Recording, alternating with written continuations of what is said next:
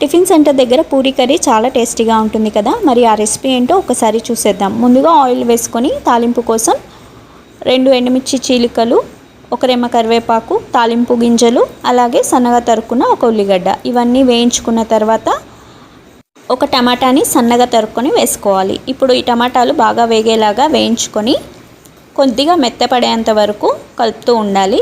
ఇక్కడ పసుపు 1/2 table spoon, అలాగే ఉప్పు 1/2 టేబుల్ స్పూన్ కలుపుకొని పచ్చివాసన పోయేంత వరకు వేయించుకోవాలి.